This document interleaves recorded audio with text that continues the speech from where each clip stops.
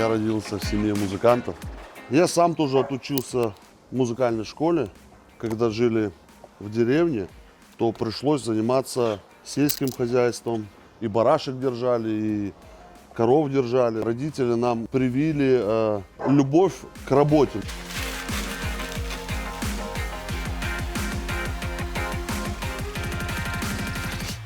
Получил я высшее образование, закончил, соответственно, Харьковский национальный университет внутренних дел, но поработав немного, я понял, что это не мое. Вот. Ну и, соответственно, тоже жизнь по-разному складывалась. Работал в разных вообще, и торговым представителем был, вот, и магазин бытовой химии я держал. Но когда появилась возможность заняться другим делом, а это именно кухня, то я понял, что это действительно моя стихия. С каждым годом я влюбляюсь, можно сказать, в свое дело. Мне это очень сильно нравится. Когда я готовлю, в первую очередь я отвлекаюсь от всего бытия. Ну, конечно, я испытываю однозначное удовольствие, потому что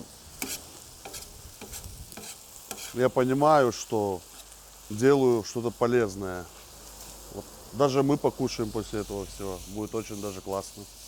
Когда ты видишь огонь, мясо, то ты как-то улыбаешься и понимаешь, что настроение вот-то оно где.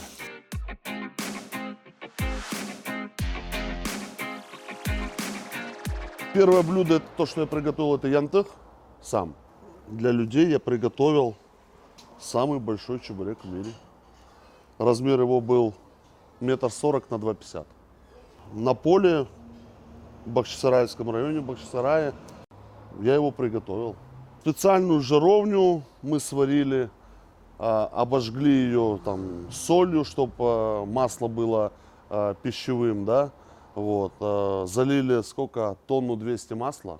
Первый вопрос был, а как же вы его будете переворачивать?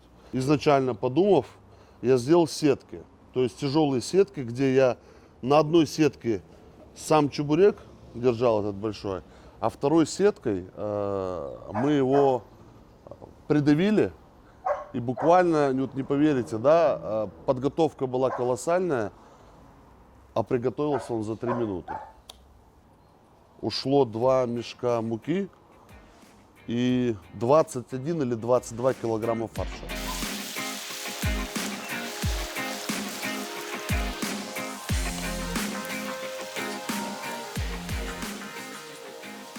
Вот их особенности крымско-татарских блюд, ну, никто в первую очередь так их не приготовит, как крымские татары. Поездив в разных странах, вот, да, мы смотрим, где-то пересекаются, да, я не знаю, ингредиенты. Может, те же ингредиенты, но они приготовлены по-другому, да.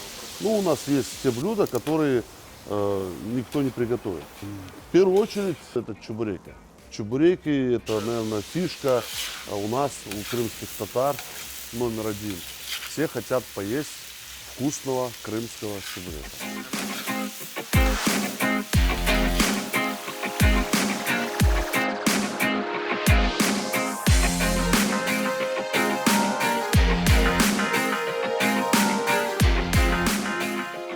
Ну, знаете, на самом деле приготовить блюдо, это можно назвать какой-то импровизацией, да, потому что если у тебя вкус есть, то без сомнения у вас все получится, а когда есть рецептура и действовать по ней, да, то это, я считаю, что намного легче.